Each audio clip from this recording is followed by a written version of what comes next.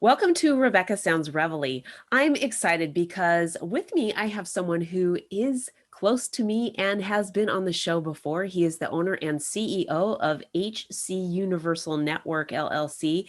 He has well over 35 years of experience combined in live audio and video engineering, audio record operations, graphics, video mixing and switching, editing, web streaming, and much more. I'm super excited because he's also the host of two radio and podcast shows, Dudes and Beer and Talking Sound podcast. He's got, like I said, well over 35 years experience in media and entertainment. What's exciting to me is something new that I learned about him, and he's going to share a lot about that with us today. He's a composer and musician, a recording artist who has these incorporating styles that range from traditional electronica and ambient to experimental and even brainwave synthesis. I'm really excited to talk to him today about this because he incorporates these into his music. He is known as No Disassemble and has been compared to, and you may know this, electronic artists such as Kraftwerk. I'm really excited about this because he uses a lot of his mixes with media visualization into his music. He's originally from Houston, and like I said before, he's a musician and audio engineer, but he began his journey of composing and recording electronic music back in the late 90s and was a monthly reoccurring guest for over 5 years on 90.1 KPFT's Sunday at avant-garde music program. So I'm really excited to talk to him more about this as well. But he has recorded numerous albums varying from standard electronic music to incorporating the frequencies of planets and binaural beats, which I really want to talk more about this because, oh man, you're going to hear it from me about some things in this arena I got to share with you. But he's also been experimenting in the studio with making music utilizing real-time brainwaves to drive his synthesizers and producing mixed media visualizations into the music. So with me today, he's been on the show before, but we're going to talk more about his compositions and even more. With me is Christopher Jordan. Welcome to the show. Hey, how are you doing today, Rebecca? I am really excited because we didn't Same. talk about your music last time. We talked about so much, but this is just an honor to hear about what you've been composing and what you're bringing into the table on a completely different level. Yeah, it's been fun. Over the last year or so, I've really, I guess, through my travel, come across people that have been listening to this music, and it's kind of been a dirty secret of mine for years I that know. I make music to begin with. Like there are people that have known me for years and been like, "Wow, you make music?" Like I had no idea. Um, Yeah. and then they start listening to it, and then they find out that like even my dad recently found out I was making music with my brain waves, and he was like, "Oh man, you gotta send that to my buddy. He used to listen to your show on the radio all the time. Like you make some weird stuff, son." Uh, But you've been so publishing music through HC Universal yeah, and through podcast as well. And you've yep, been utilizing this method also to compose music for use by podcasters in addition to yeah, that, right? yeah. Quite a bit of my music, I've I guess licensed out in that way. I've through just being owner of the HC Universal Network come across many people that are looking to build shows, that kind of stuff, and they're like, I have no idea where to go for music. And I'm like, well, what is your show intended to be about? What is your show going to be about? Do you want like mysterious, mischievous music, industrial style music? What do you want? So yeah, through No Disassemble, I've had like a good 4 or 5 hours of material recorded over the last many years. And it just became one of those that I started kind of farming that out to people, not only on the network who came in and we built shows for, but for other people as well. So Well, it's been let me great. let me go back into my knowledge of where this kind of started for me Hmm. in knowing that this even existed. So, way back when, this goes back to my childhood in the 80s because I can remember going to somewhere and I don't remember specifically where it was. And this kind of sounds somewhat, I don't know, kind of, we were somewhere like a car wash or something like that. And there was sort of this machine. And for whatever it was, you could, and I don't remember what the specifics were, but you could get something printed, some kind of a biofeedback. Hmm. And it did brainwaves and it did something. And Yep. so I knew there was a start of that. And eventually you it ended up going into there was music attached or something over time. There was development in this arena. And so this isn't something that is new. This goes Oh back, no. there is scientific data that goes back to this from a long time ago. Oh yeah. And Yeah. yes, Yeah. If you go through and start looking at research, it really a lot of it starts with the Monroe Institute, things like that back in the late 60s, early 70s, that kind of stuff, where they started coming up with like the hemisync entrainment process, where through basically exposing your brain to certain brainwave types over a period of time, your brain would more readily pick up those brainwave types and carry those brainwave types as a carrier signal. So basically, the concept was if we, let's say, in a children's ward, put in deep theta waves underneath music, you would never hear it. Uh, Deep theta is somewhere in the low hertz range, so it may sound like a couple of clicks per second that you might interesting. hear, something like that. Okay. But it would be buried under the music. Now, you wouldn't hear that, but your brain would be able to entrain on that, which means that your brain hears it. Your subconscious mind hears that pattern to begin with and recognizes it. It's And fascinating. yeah, it really follows this. If you've ever walked down a hallway with a friend, started on an opposite foot, and then ended up walking in sync, and then you fall out of sync. Your brain does the same thing to frequencies around it all the time. So, quite literally, to be able to kind of hijack the brain in that way and understand that it is both a receiver and transmitter in that form, and that when you expose it to these waves, it will more readily create these waves. So, the more you listen to alpha waves that have to do with the waking mind, creativity, things like that, the more readily your brain will produce those waves. Uh, Whether it be being in that circumstance of needing creativity randomly, or whether it's just to be more creative regularly on a regular basis, you know. So yeah, I've been using this process for a long time personally, like easily 20 years, using brainwave entrainment, brainwave devices. I was fortunate enough years ago. Um, the Sharper Image had a device that was a Oh, pair of yes. goggles that you put on, and it had different patterns that you could go through. There was a tape series that went with it, where like there was one pattern that would help you quit smoking, and you listened to the tape while you played the pattern, that kind of Okay. stuff. Really interesting. And it was like a $500-600 device that you could buy at Sharper Image.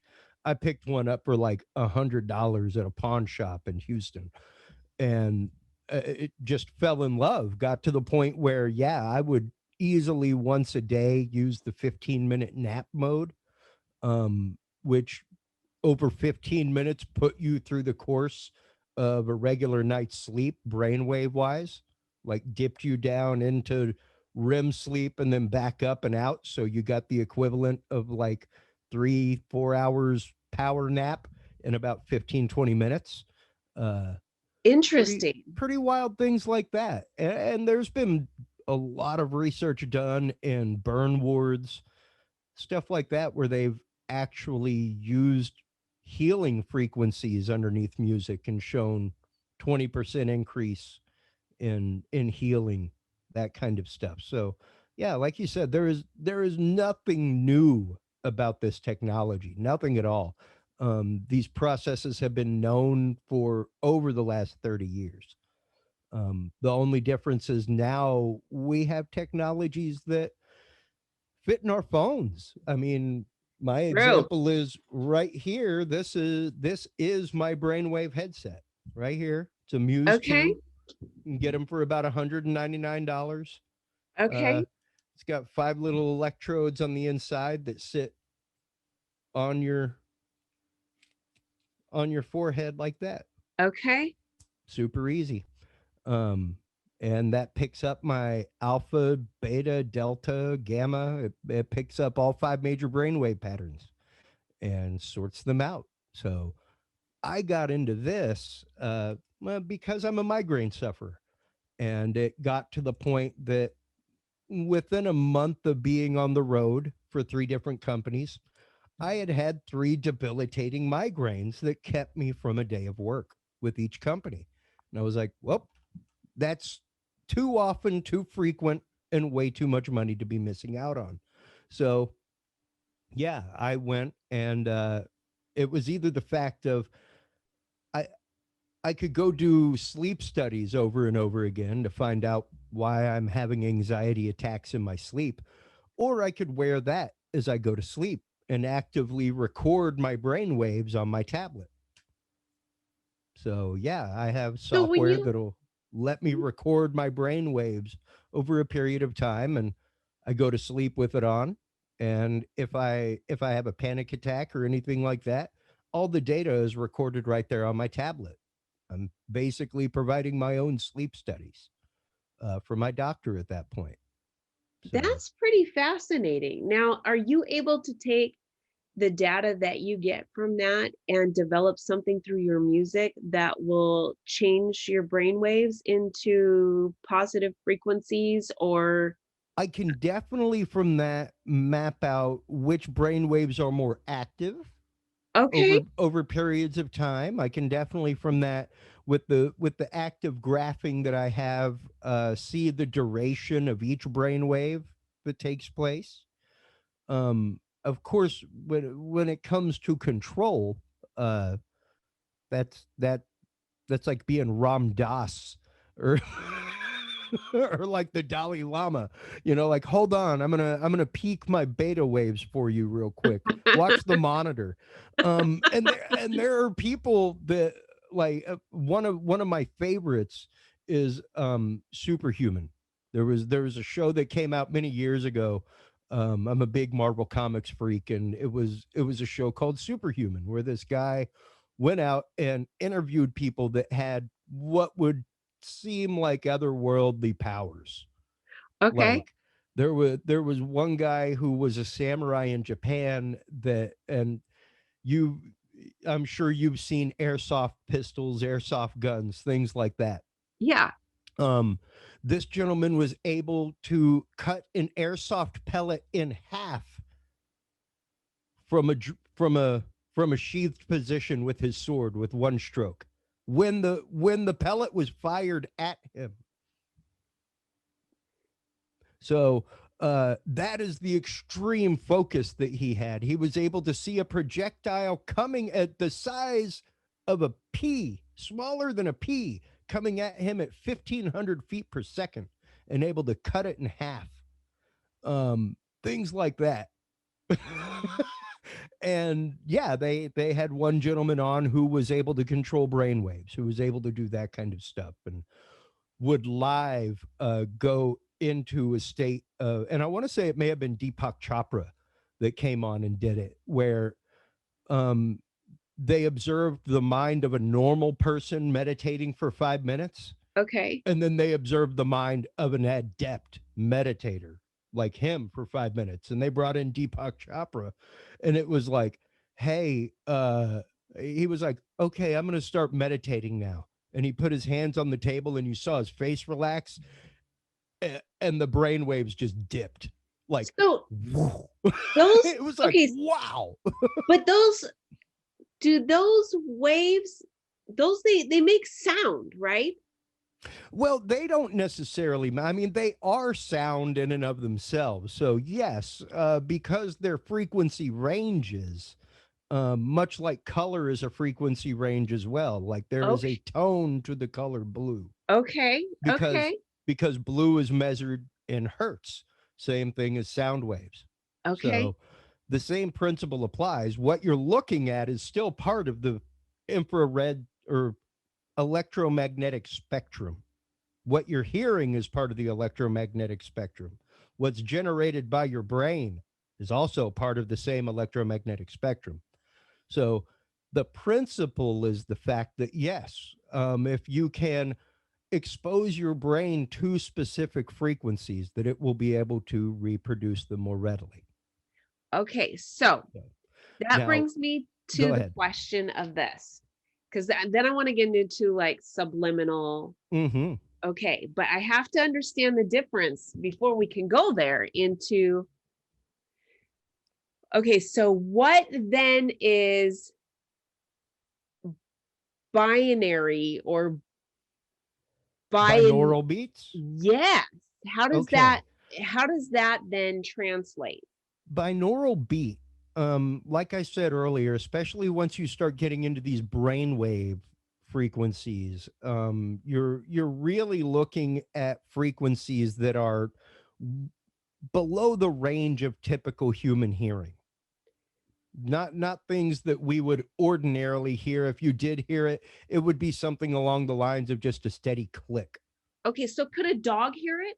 A dog would be able to hear some of these, yes. Okay, Some okay. of them, and they're subharmonic frequencies, frequencies that you could, much like that of a cat's purr, which Okay. ranges right up around that of the Earth's frequency, close to 8 hertz.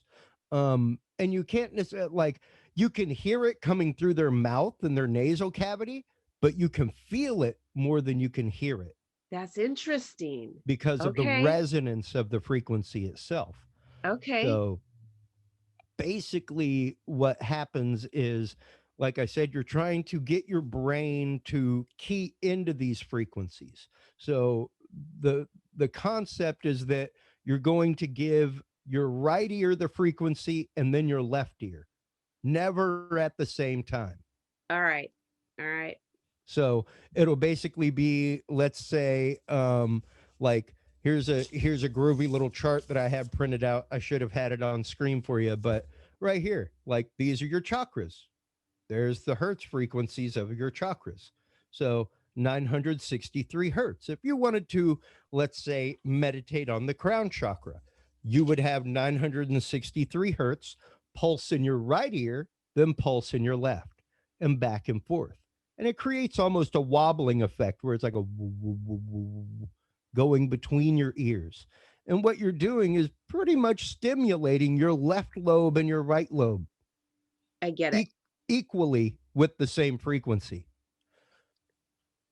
So, and then to take it even further, the glasses that I had that I was talking about earlier would do the same thing in opposite with LEDs. So, whenever the pulse would appear in the left ear, it would visually appear on the right eye. Okay, and so So, is that kind of a right brain, left brain thing also? yep. It is. Yeah, Okay. that way it doesn't matter which side of the brain you are dominated by. you are training both lobes of the brain to equally recognize and generate this pattern. Interesting. So it doesn't matter at that point if you're a left brain or right brain dominant person, if you're a creative person or a mathematic person. That doesn't matter at all at that point, because you are equally exciting both lobes of the brain, visually and auditory wise. And Boy, and that's because fascinating. and because one side is getting it visually, the other side is getting it auditorially, you're doing that simultaneously with both lobes. So yeah, it's wild. You're actively entraining your brain from different segments of the lobes of your brain at the same time. So and I mean, you can rabbit hole that into eternity, literally, with like frame rates on TVs and what they used to do in movies, which actively became illegal at one point. When FTC found out that it was happening, stuff like that back in the 60s, 50s. Yeah, like in the middle of those old, like, let's all go to the lobby things, stuff like that that you would see before movies, they would literally flash up like one frame out of 30 that said like drink Coke, Oh, interesting. that kind of stuff, because your brain isn't going to see one frame out of 30. It might, but it probably wouldn't be able to interpret that because it's one frame out of 30. So, and you're going to have to see 30 frames in 1 second in order to see 1 second of moving video. So, to flash that image one frame out of 30 exposes your brain and might trigger it to go purchase. Yeah, it's really interesting, the ways in which you can manipulate the brain. For years, I will say, I didn't nefariously use these carrier signals, but I definitely used them musically to move people. So I would find frequencies that specifically made people feel uncomfortable, Okay. made people feel scared, things like that, and subliminally bury them behind music that I was thematically making, that Uh-huh. had that same vibe or feeling to it. So yeah, people would listen to it and go like, "Oh man, that just creeped me out That's inside, and I don't know freaky. why." And I'd be like, "Good, mission accomplished." Um, Uh-huh. that was my intent, was to make you feel creeped out inside. So yeah, one of my favorite movies in the world, uh, oddly enough, is William Peter Blatty's The Exorcist, and that movie is rife with subliminal imagery as well as subliminal audio. A lot of the audio engineering and the audio design, the sound design that was done for the demon itself when it possessed Reagan, the guttural sounds that were coming out of her were actively the sounds of pigs and sheep being slaughtered, played in reverse. Um, Oh, a lot interesting. a lot of the sounds that were happening during moments of tension in the background that were Uh-huh. just sound like noise are the sounds of hornets and wasps and jars being shook up and then played in reverse. So things that your brain would naturally be afraid of, things that you have this preternatural fear of to begin with, they were using as audio source to literally make you scared and make you feel uncomfortable during those moments. And being able to, kind of like I said, hijack people's brain and use it like that is a very powerful tool for a musician, and really It one that sure you have to is. use responsibly. When Like, like, you just wonder like who thinks of these things? Like where do you come up with, okay, if I acquire this sound, it's going to have this effect, or if I do yeah, this, yeah, this is what could be the outcome of this. I mean, yeah, and um, it really is. Like I said, a lot of it is deep dive research Mhm. finding people that have done research into brainwave frequencies, stuff like that, different frequency ranges that affect people and affect people. Right. So yeah, and it's been really it's been a fun journey from the point of creation back in the days of 90.1 um to now. It took over 20 years for me to get to the point of actively having distribution for my music. So, So, yeah, if you're an and artist out there, people, I'm here to tell you, just keep making your art. Keep doing it. that's Uh, right. that was quite literally, I guess, my own hang up mentally, of not really thinking that a lot of people would like what I was doing. Like what I was doing was cool, and I appreciated it. And there were some people that appreciated it, but most people wouldn't. And then other people started hearing it, and they were like, "Oh, wow, this is awesome." And I was like, "Oh well, maybe I should put it out." Um, and Well, and found maybe you were somebody just a little locally ahead of willing your to. game. Yeah, yeah, and it really was one of those right now with just music and technology and everything going the way it is. It's like it is a perfect time to be launching music like this. So Yeah, I mean, you have done some things that are just incredible, and sometimes thank you. um, those composers just have gotten so far ahead sometimes. And the good thing about that is it has allowed you to be able to create several um, different compilations and be able Yeah, to have that readily available now. You have several albums that you can that are ready. yeah, yeah. I've got I mean, as soon as I got distribution, I asked College of Hip Hop Knowledge is who I'm distributed through here locally, and I was their first actual artist that was not hip hop oriented. I had interviewed them a few times on my Talking Sound podcast, things like that. We'd become close, fast friends. And I saw that they were reaching out into the community looking for artists other than hip hop. Like, hey, we're looking to grow our label. And I was like, I don't know if you'd be interested or not, but I've been making music for a hot minute or two. Like, see if you like anything. And I sent them some stuff that I'd recently composed, and they're like, dude, this is cool. Like, this is straight video game type music. Of course, we'd like to release this. So I became their first non hip hop artist, and it's been a great relationship. It's been fantastic. They immediately got me onto every platform out there for music, Amazon, Alexa, all of it. So it's been a great ride over the last almost year. I guess this upcoming May will be when I released my first album with them. That was Interstellar Love Child. Uh, This is was my first exciting. So album. let's talk about your different albums. Yeah, yeah. I've got quite a few out there. Like I said, the most recent one is Prorad Somnum. That's the one that is available exclusively right now on nodisassemble.com. Just got the promo package for it the other day from Orchard from Sony. So we have official release date. I want to say March 9th is our official release date for that, where it will be out and available on all platforms. But that is the first really official stake of claim in the world of brainwave music for me. Uh, Interstellar Love Child had a track on it that used brainwave frequencies, but used them in a different way. It wasn't to influence the music, it was to actively create the music,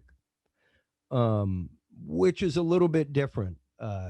And whereas Prayer ad somnum was made in order to calm down people like me who have ADHD brains and cannot just calm down and shut down at night, as well as, overactive children, that kind of stuff.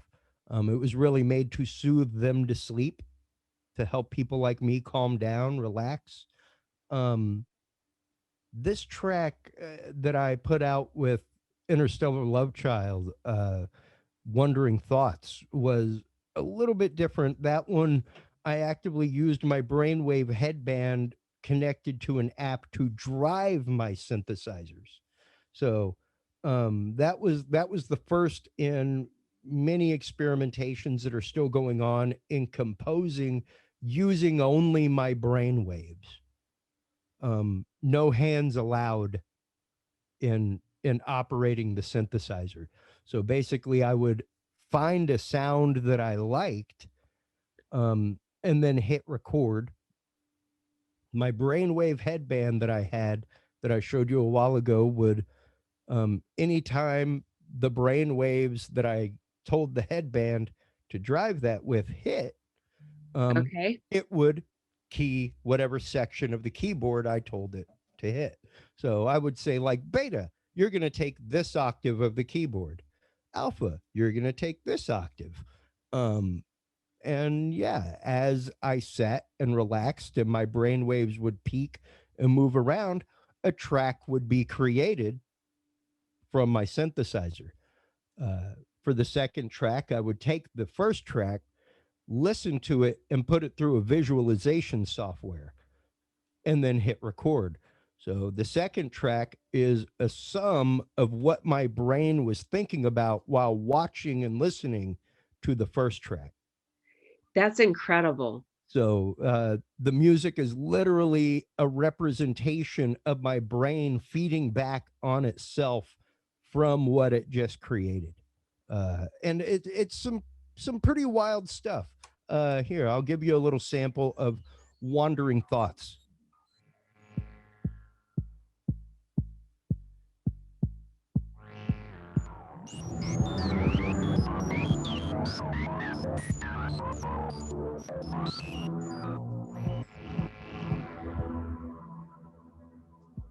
You can hear where each sound is an individual track on the recording, Yes. each one being triggered by my brain.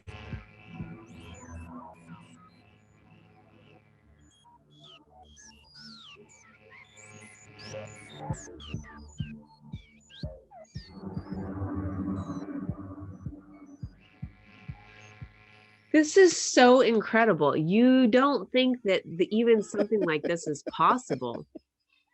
Yeah, it's super exciting for nerds like me, who a love their technology. Like, I love technology, I really do. um and B, to be able to do stuff like that and like start driving my synthesizers with my brainwaves. That is Of course, incredible. most people ask me like, oh, well, can you control it? It's like, I am not the Dalai Lama. No. um I cannot specifically control my individual brain waves to say like, all right, let's hit a C sharp. Right. um but even to hear the process of how the brain is processing things through that means and through that medium is really interesting to me. And I've got, I mean, hence a lot of the reason why I belonged on avant-garde shows for a long time. That was the kind of, I always told people I bought all these synthesizers behind me because they made the sounds that I heard in my brain. And even if it was like running through the synthesizer and I find one pre-made patch that's like, ooh, I've heard that in there before, I will buy the synthesizer I think straight this up is really neat. off one sound. So for the music palette wise that I created for years as an avant-garde musician, um, for it to sound almost like what I just played you to begin with was pretty interesting to me. To be like, wow, I always said I bought my things because of the music I heard in my head, and that's what the music sounds like in my head. Um, so it was really strange for me, very surreal, and been a very fun experiment to be playing with in the studio for sure. Uh, that, and then of course the visual realm that I'm playing with now, all that kind of fun stuff. So yeah, it's This been is really neat. super fun as an artist. This is really neat. I can't wait to see how your release is and how many others are going to emulate what you, Mm, yes. yeah, yeah. And you know, I'm not the only one out there. There are tons of people out there making binaural beat music, making brainwave music. I know that there's a couple artists out there that have done things similar to what I just played you, driving things with their brainwaves, that kind of stuff. So I don't stand alone, but I definitely stand with a different crowd. Yeah, I'm not I your think that average there's G going to chord be, musician. but you are on the edge of something that has been in development for a long time, that I think is going to be making a Yeah. huge difference. So, um, Well, it's really interesting because yeah, right now, like I was saying a minute ago, there is this melding of technology and this almost hyper awareness of people, that are coming back to this understanding of biofeedback, yes, that are coming back to the understanding that we can learn more about our bodies and control our bodies even, um, in given certain circumstances and environments.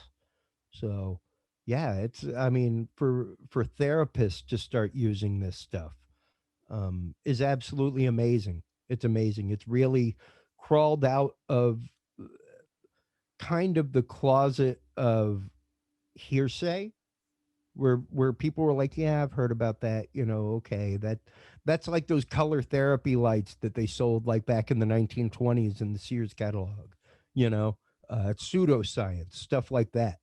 this um is this and is it's really really being exciting. shown more and more that it is not a pseudoscience. It is an actual thing. There are binaural beat apps that you can buy out the wazoo. There um is. so yeah, it's out there.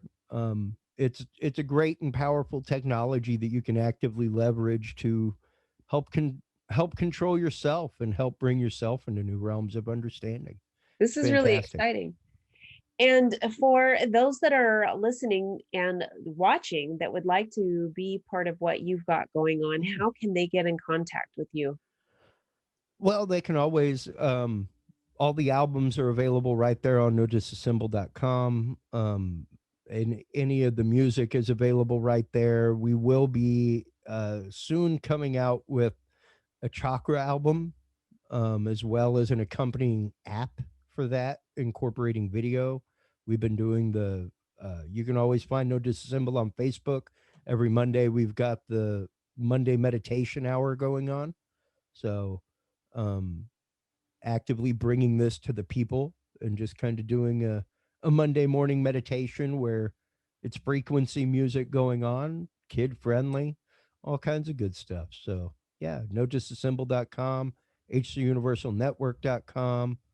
Um, yeah, Well, thank you so much for sharing everything that you're doing with your music, your absolutely. composing. And I really want the listeners to get a chance to get in contact with you and learn a little bit more. So, Sure. this is going to be really exciting. I can't wait. There's March is right around the corner. So, you've It got, is. you don't have that much longer. It's about, probably about 6 weeks before you launch, maybe a little Yeah. less now. Yeah. Yeah, we're actively getting into promo mode right now. You are the second podcast that we have been on to talk about the new work, the new brainwave music, all that kind of stuff. So, yeah, This is trying to exciting. trying to get word out there and just now hitting the promo trail for stuff. So, Well, I am delighted to have you on, and we're going to have our audience share this. So, thank you so much for being on today. absolutely. Thank you for having me, Rebecca. And I want to thank all of you for tuning in to another episode of Rebecca Sounds Reveille. We ask that you share this episode with your friends, your family, everybody that you know on social media, and everybody that you don't. Thanks for tuning in.